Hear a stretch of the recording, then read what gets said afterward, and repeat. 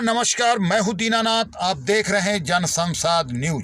जी हाँ, मैं आपको लेके आया हूँ रायसीना हिल्स पर, जहाँ एक ऐसी शख्सियत से मुलाकात कराने जा रहा हूँ जो लगभग 20 वर्षों से सदस्य कांग्रेस कमेटी उत्तर प्रदेश के, वहीं इन्हें राहुल गांधी प्रियंका सेना के राष्ट्रीय उपाध्यक्ष भी नियुक्त कर दिया गया है।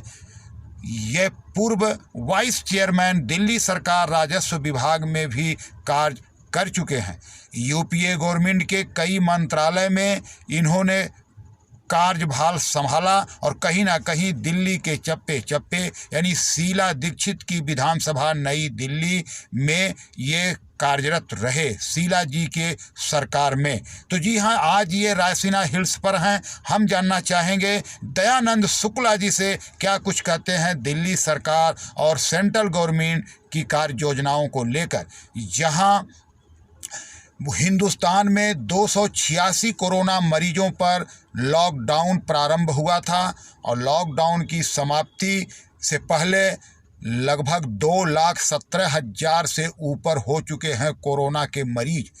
और वहाँ क्या कुछ सरकार की नीतियां हैं उस पर हम जानना चाहेंगे। और इनका ये दावा था कि जहाँ पे आप देख सकते हैं कि सेंट्रल गवर्नमेंट ने जो आर्थिक पैकेज की घोषणा की है, दिल्ली सरकार ने जो 5,000 करोड़ सेंटर से मांग की है, आइए हम सब पे जानना चाहेंगे। दयानंद शुक्ला वरिष्ठ कांग्रेस लीडर कुछ क्या कहते हैं, हम सुनेंगे दयानंद। तो मैं कहना चाहता हूँ मोदी सरकार से या उनके मंत्रिमंडल से कि जो 20 लाख करोड़ का पैकेज केंद्र सरकार ने अनुदान दिया है, उचित होगा, अच्छा होता।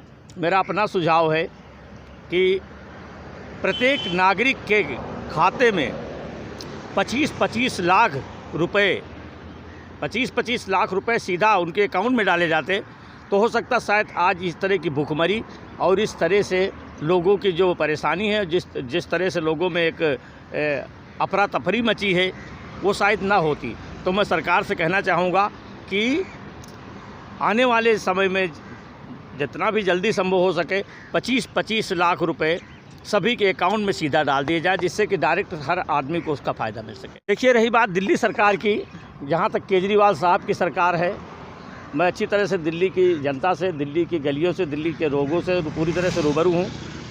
मेरे दिल्ली के लोग बहुत ही प्यारे प्यारे भाई और बहनें, माताएँ, सभी से लोग, बहुत सारे हमारे उत्तर प्रदेश के लोग भी दिल्ली में रहते हैं, बहुत सारे बिहार के लोग रहते हैं और पूरा देश ही लगभग दिल्ली में रहता है। तो मैं समझता हूँ कि दिल्ली की ये भोली भाली जनता केजरीवाल साहब को चुन तो लिया, बड़े बड़े झूठे वादे, बड़ी बड़ी बातें, बड़ी बड़े सब ये फ्री करेंगे, वो फ्री करेंगे, सब कुछ फ्री करने की बातों में चुना तो ज़रूर, लेकिन जहाँ तक उनके काम करने की रवैया है, मैं तो पूरी तरह से संतुष्ट नहीं हूँ।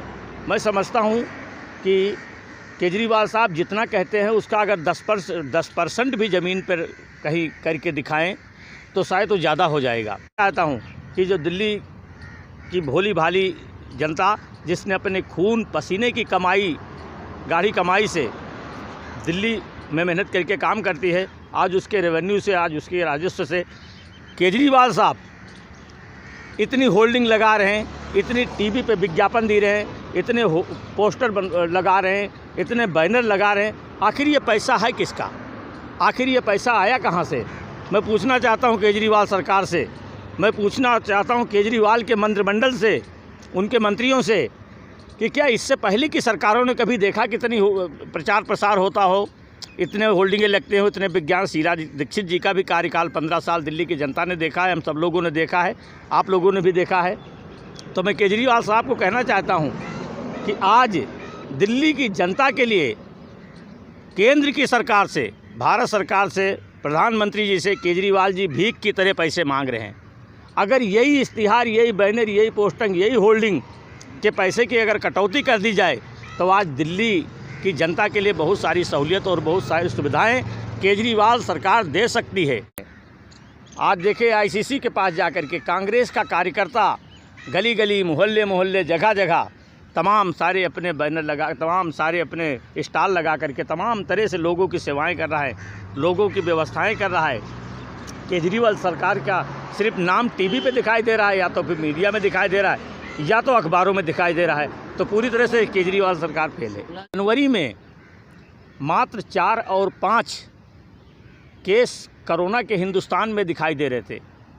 उस समय हमारी पार्टी के नेता और पार्टी के राष्ट्रीय उपाध्यक्ष माननीय श्री राहुल गांधी जी ने इसी भारत की पार्लियामेंट हाउस में, इसी संसद में अनुरोध किया था माननीय प्रधानमंत्री जी से कि हालात बहुत ख़राब होने जा रहे हैं, सरकार को समय पर सतर्क और सजग हो जाना चाहिए। उस समय राहुल जी की बातों को मोदी सरकार ने और भारतीय जनता पार्टी की सरकार ने पूरी तरह से एक उस तरह का नकारा, और उस नकारात्मक सोच का रवैया आज ये रहा है कि जब हिंदुस्तान में 100-150 की संख्या में मरीजों की तादाद हुई तो उस समय सरकार ने ये निर्णय लिया कि मुझे अभी लॉकडाउन कर देना है। और वो किस तरह सा लॉकडाउन, जिसकी कोई दिशा नहीं, जिसकी कोई नीति नहीं, जिसकी कोई रणनीति नहीं और जिसका कोई भविष्य नहीं दिखा आगे।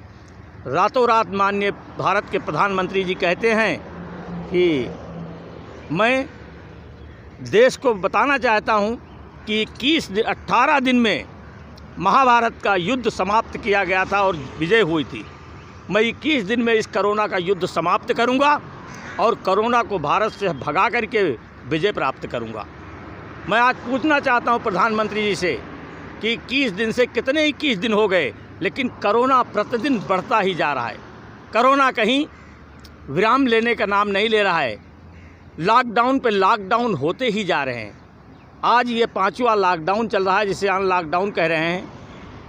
आज की जो संख्या है 2 लाख के ऊपर पार गए।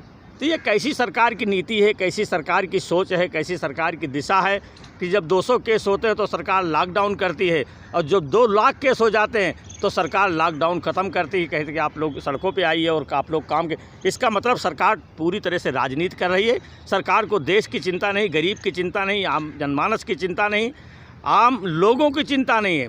सरकार का रवैया पूरी तरह से स्पष्ट दिखाई दे रहा है कि प्रत्यक्षम किम प्रमाणम।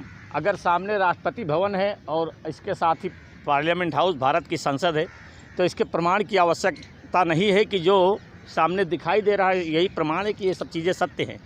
तो प्रत्यक्षम किम प्रमाणम, सत्य ये है कि गरीबों के लिए, मजदूरों के लिए, किसानों के लिए, शोषित लोगों के लिए, आम जनमानस के लिए जो कुछ कांग्रेस ने किया है वो उसका एक इतिहास बन चुका है। वो कहीं किसी से छुपा नहीं है। आप पीछे अतीत को देखें और वर्तमान को देखें तो इससे आपको भविष्य का आकलन हो जाएगा कि अब क्या होने वाला है। जनता को मैं यही कहना चाहता हूं कि किसी सरकार के भरोसे ना रहें। सरकार बात करने के लिए है, टीवी पे भाषण देने के लिए है। आप अपनी स्वयं सुरक्षा करें। आप हमारे लिए महत्वपूर्ण है, देश हमारे लिए महत्वपूर्ण है, देश के सभी लोग हमारे लिए महत्वपूर्ण हैं। घर में रहें, सुरक्षित रहें। न कोई इस बीमारी का अभी तक इलाज बन पाया है, न कोई यहाँ सरकार के पास हॉस्पिटल हैं। कहते कुछ और हैं लेकिन सामने कुछ और दिखता है।